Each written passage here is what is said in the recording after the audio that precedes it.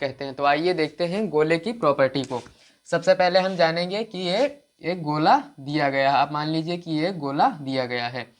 अब इसकी जो रेडियस मतलब जो त्रिज्या होती है वो आर ही होती है, ये सभी में आर ही होगी।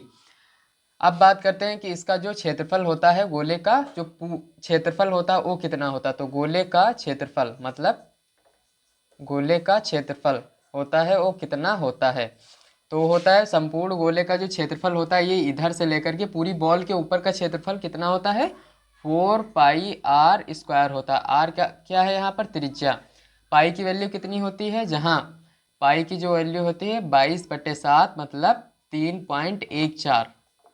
3.14 आपकी पाई की वैल्यू होती है। ये आप लिख लीजिए कि पाई की वैल्यू कितनी होती है। अब बात करते हैं कि गोले का जो क्षेत्रफल है तो वो तो 4πr² आपका आ गया। अब इसके आयतन की बात करते हैं कि गोले का आयतन कितना होता है या क्या होता है। तो गोले का आयतन हम देखेंगे, मतलब वॉल्यूम ऑफ अ स्फेयर। ये क्या हो गया कि एरिया ऑफ अ स्फेयर हो गया, मतलब 4πr²। Volume of a sphere मतलब गोले का आयतन कितना होगा, तो ये होता है 4/3 मतलब 4/3 पाई आर। आर मतलब त्रिज्या क्यूब, क्योंकि जो आयतन होता है वो हमेशा क्यूब में आता है। यहाँ पर जो आपकी जो आर जो होगा, जो त्रिज्या होगी, ये सेंटीमीटर में होगी या मीटर में होगी। तो ये आपका जो आंसर आएगा वो सेंटीमीटर क्यूब या मीटर क्यूब में आएगा, जो आपकी यहाँ पर त्रिज्या होगी। और ये जो होता है ये स्क्वायर में आएगा, सेंटीमीटर स्क्वायर या मीटर स्क्वायर में। जिस तरह से आपकी त्रिज्या होगी उस स्क्वायर में ये आएगा। तो ये हो गया आपका गोले का क्षेत्रफल 4πr² सेंटीमीटर स्क्वायर या मीटर स्क्वायर में। ये हो गया आपका गोले का आयतन 4/3 मतलब 4/3 πr³ सेंटीमीटर क्यूब या मीटर क्यूब में, जहाँ पाई की जो वैल्यू है वो 22/7 है मतलब 3.14। आइए देखते हैं हेमीस्फेयर या अर्धगोले की प्रॉपर्टी के बारे में कि इसका आयतन, इसका क्षेत्रफल क्या होता है।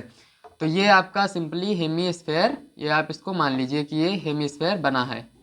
ये क्या बना है, ये हेमीस्फेयर इस तरह से बना है आपका। यहाँ पर जो रेडियस जो त्रिज्या है वो क्या है, आर है। ये आप मान सकते हैं इसको।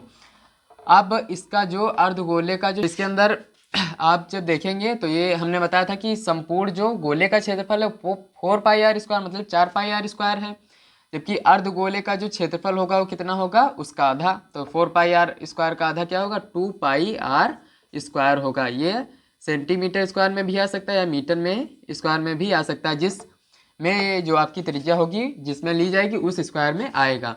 अब बात करते हैं अर्धगोले का जो संपूर्ण क्षेत्रफल होगा। आपने बॉल को काट दिया, ऊपर का क्षेत्रफल क्या हो गया 2πr² मतलब 2πr², और जो नीचे की तली बची उसका भी क्षेत्रफल कितना होगा, एक और πr² जुड़ेगा तो टोटल हो जाएगा 3πr²। तो अर्धगोले का संपूर्ण क्षेत्रफल, अर्धगोले का संपूर्ण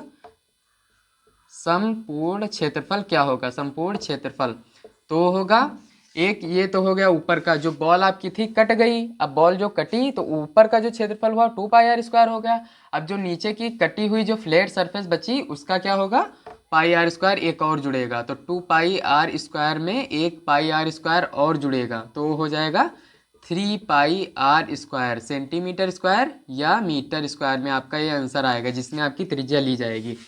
अब बात करते हैं हेमीस्फेयर के आयतन के बारे में, मतलब वॉल्यूम ऑफ अ हेमीस्फेयर। तो जो अर्धगोले की जो आयतन होगा, अर्धगोले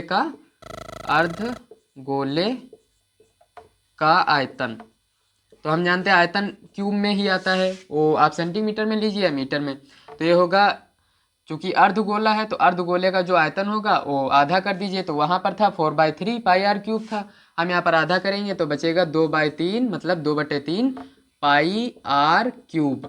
सेंटीमीटर क्यूब में भी आ सकता है, ये मीटर क्यूब में भी आ सकता है, जहाँ आर इन सभी में भी त्रिज्या ही है। उसकी त्रिज्या गोले की सभी की सेम होती है। हर एक इसके अंदर पाई की जो वैल्यू है वो कितनी है, वही वैल्यू इसके अंदर सभी जगह सेम होती है। पाई की वैल्यू कांस्टेंट होता है, ये सेम होती है 3.14 या 22/7 आपकी ये वैल्यू होगी।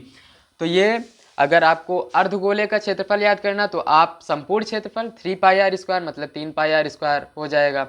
अर्धगोले का क्षेत्रफल अगर ऊपर का ही आपको देखना है तब कितना होगा 2πr², और ये दिया गया आपका गोले का क्षेत्रफल। तो इस तरह से आप इसको लर्न कर सकते हैं।